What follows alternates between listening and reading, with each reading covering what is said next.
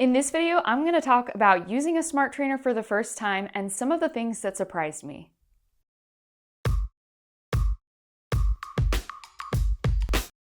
My name is Tess and welcome to Dusty Betty. Last month, I made a video where I talked about the mechanical setup of getting my mountain bike on this smart trainer. If you missed that video, I will make sure that I link that for you. There's some helpful nuggets if you're looking at doing something like this. The next step for me was getting the smart trainer side of things set up. I struggle with depression on and off, and staying active really helps not only my body, but my mind. Just stay balanced, especially through the winter. So I decided this was the year I was going to get serious and get set up with a trainer. Now, I partly wanted to do a smart trainer, but the smart and technological aspect of it did make it feel a little bit more overwhelming. So I almost didn't go this route, but now that I've got it set up, I'm really glad that I did. So here's some of the things that really surprised me as I went through the process of getting this whole smart trainer thing set up. First of all, the huge sense of relief I felt once I had this thing fired up and ready to go. Not just because the setup was over, but also because it removes a lot of the obstacles that make it more difficult for me to get out. Especially in the winter, I don't have to worry about the short days. I don't have to worry about the cold weather and motivation that way. I don't have to worry about the extra travel time it's going to take me to get to the trailhead. And I also don't have to take that extra step and planning to coordinate schedules with my husband since we have a daughter. And that's really nice because sometimes I intend to get out and ride first thing in the morning and I'm not having a great morning, but maybe a couple hours later, I feel better. And with a smart trainer, it's not too late.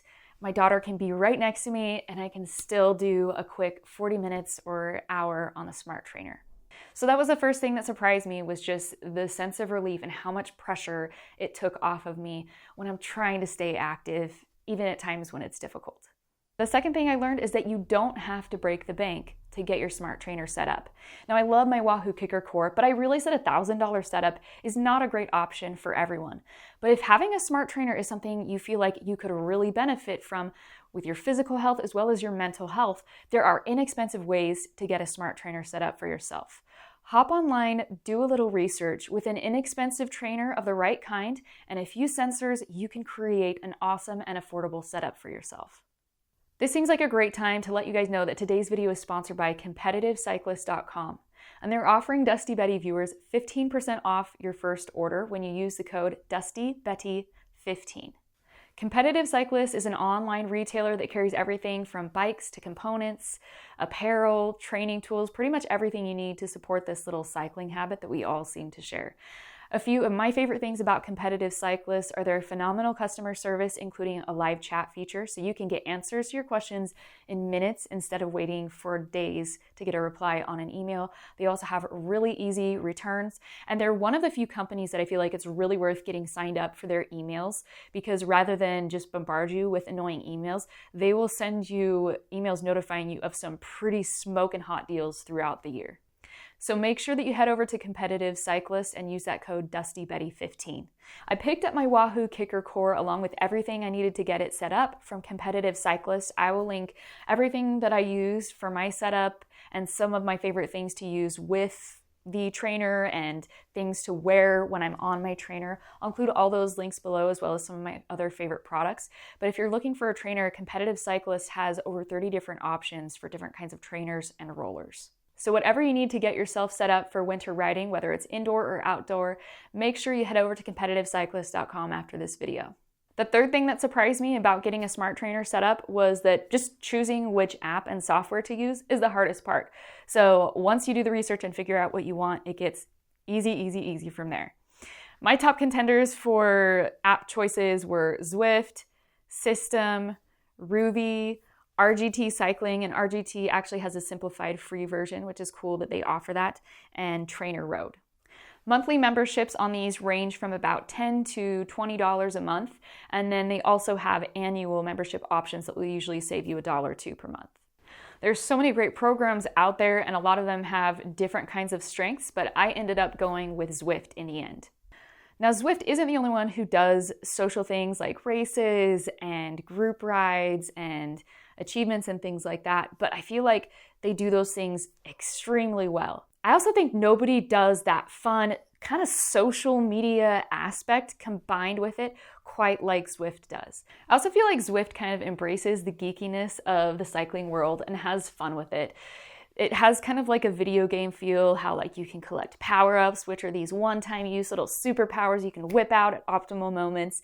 You can earn different achievements and points that allow you to have access to better bikes and wheels and all that fun stuff.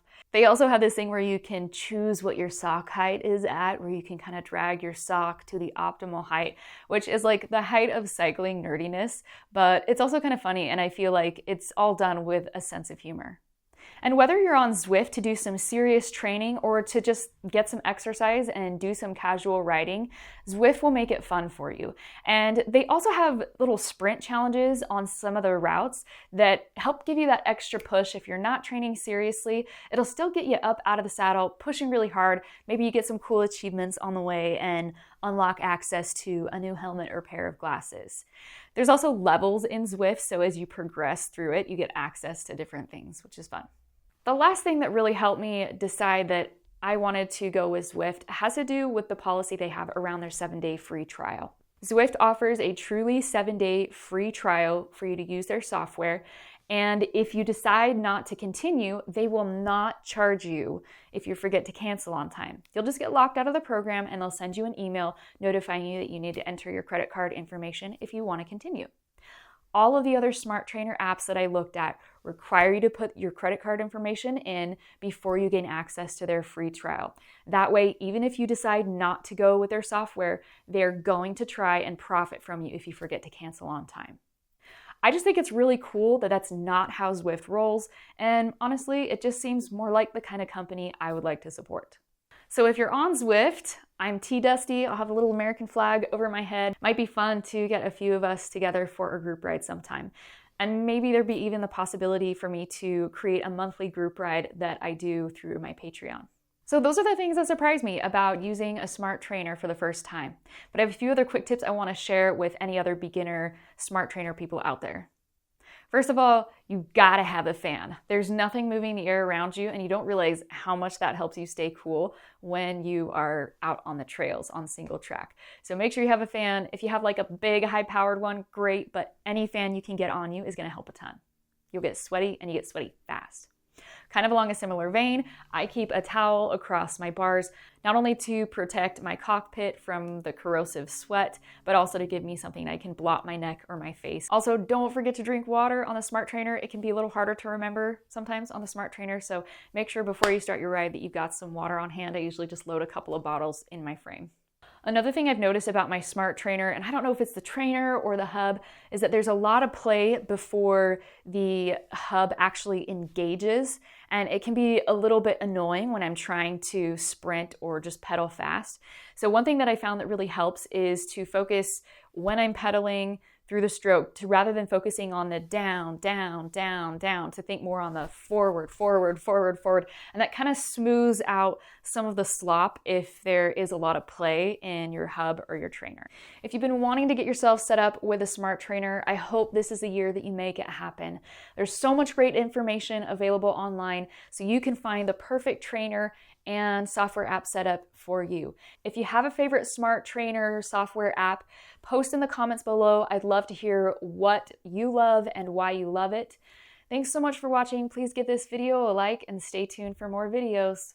Get dusty.